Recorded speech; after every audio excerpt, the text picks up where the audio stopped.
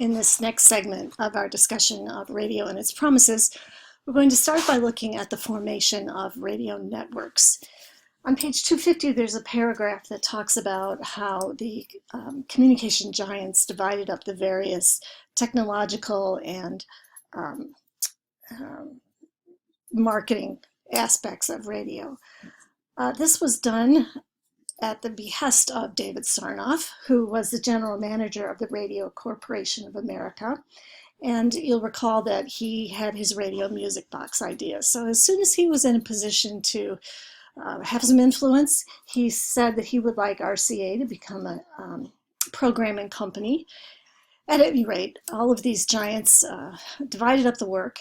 Don't really need you to know which did what, but I do want you to know that General Electric and Westinghouse established the National Broadcasting Network.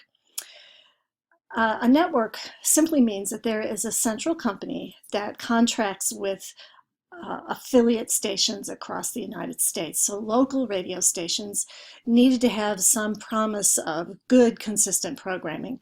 That's the kind of thing that a network could provide. But before that, NBC broadcast 4.5 hours of music, and it was so successful that they said, let's do 2 networks. So they established NBC Red and NBC Blue, which are simply named for the colored pencils they used to draw the networks on the maps. Sarnoff eventually became president, and he and William Paley, who we'll see later, were really the titans of radio and network programming and networks well into the late 20th century. Arthur Judson and George Coates saw themselves as potential agents for concert artists who wanted to be on the radio. So they were going to put together a bureau to represent these artists. They went to Sarnoff at NBC and he said, no thanks, he already had his programming. So they went to the Columbia Phonograph Company in 1927. They joined together to become the Columbia Phonograph Broadcasting Company. But as the fortunes of that company started going south, the Phonograph Company withdrew. They did allow Coates and Judson to keep using the term Columbia, so the Columbia Broadcasting System, CBS, was born. William Paley was the son of a cigar store owner who recognized the value of radio advertising long before a lot of people did, and certainly before his son William did. William eventually came around when he was put in charge of marketing. He invested in CBS and eventually acquired Paramount Pictures so that NBC and David Sarnoff had some pretty stiff competition. So we have now 3 networks, NBC Red and Blue and CBS. There was also another model. This was a cooperative model. Stations in Cleveland, Chicago WGN, Newark, New Jersey, and I believe Detroit came together to say, okay, we're going to come together and offer advertisers a good deal. They only required a 1-year contract with one another as opposed to the 5 years with CBS and NBC. There were some scandals that rocked, sorry, that was my dog shaking, that rocked the mutual broadcasting system. It never became a powerhouse in television as the other networks did. But it finally folded in 1999.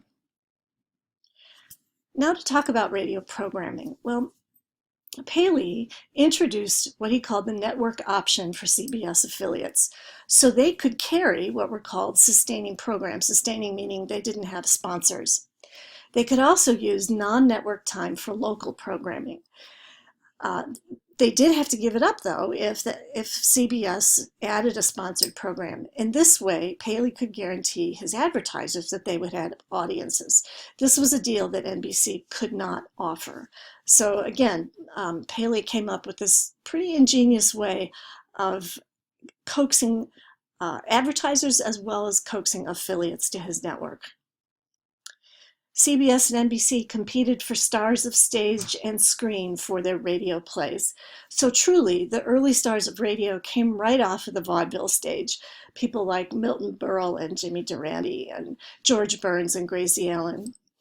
NBC also introduced soap operas. They're called soap operas because they were sponsored by soap companies.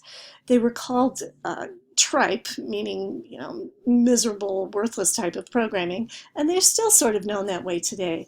The reason they began the way they did is the assumption by NBC was that you had busy housewives who didn't have a lot of time to pay a lot of attention to the programs, so they made the programs very repetitive.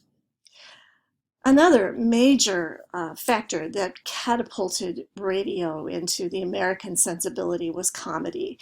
And the first major comedy was Amos and Andy. These were two white men who imitated black men. Over 40 million people tuned in to listen to Amos and Andy while they were on the air, beginning in 1929. Of course, NBC and CBS realized this was a great formula, and so comedies became sort of the staple of radio programming. Audiences began to become a little bored with it, so NBC introduced dramatic serials, and then both networks introduced quiz shows, and then they introduced talk shows, including gossip with people like Hedda Hopper and Walter Winchell. So here you see the list of the types of successful programming that Paley and Sarnoff competed with. So dramas and soap operas, comedies, dramatic series, quiz shows, talk shows. Educational programming did have a place, and there were a lot of people who advocated strongly for it. But quite honestly, it never had the possibility of sponsorship and advertising support, so it got pushed to the back.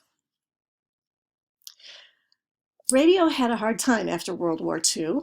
Had a dramatic downturn, but in the 1950s, cars began to be produced with radios and things started to turn around.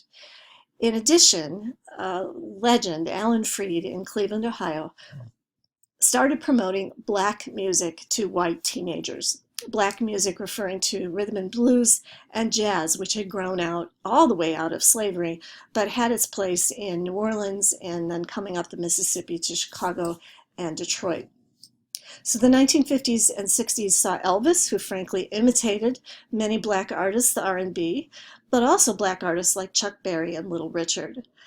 Later, the Supremes, the Four Tops, the Temptations, people like Marvin Gaye, I could go on and on with a list of people who came out of Motown, which was Detroit, and they represented one of the most powerful sources of rock and roll music in the 1960s. Their competition came from white rock bands, beginning with the British invasion with the Beatles and the Rolling Stones, but also the Beach Boys, the white West Coast bands. Later, as war protests began and concerns about civil rights, rock began to take on political tones. So you had Joan Baez and Bob Dylan, and even bands like Cream and others who really were trying to be counter-cultural and certainly counter-establishment. So that's the way rock has rescued radio, and everybody would argue that until today, rock music has been a boon to every new medium that has come along. But one of the things that hurt radio early on in the 1950s was the payola scandal. This referred to the fact that disc jockeys were taking gifts and money from record companies so that the disc jockeys would play their records over and over again and make them be successful, become top 40, top 20 radio stations. This tarnished Alan Freed's reputation such that he was indicted and his own career was ruined. Another big name in American teen rock and roll was Dick Clark. His American Bandstand program was extremely popular. He had to give up some of his interest in the industry, but he was able to keep that show. So as I said, rock and roll has helped every new medium as it started, television in particular, and we'll get to that later when we talk about TV. In the next segment, we're going to talk about radio and politics, radio news, and also radio in World War II.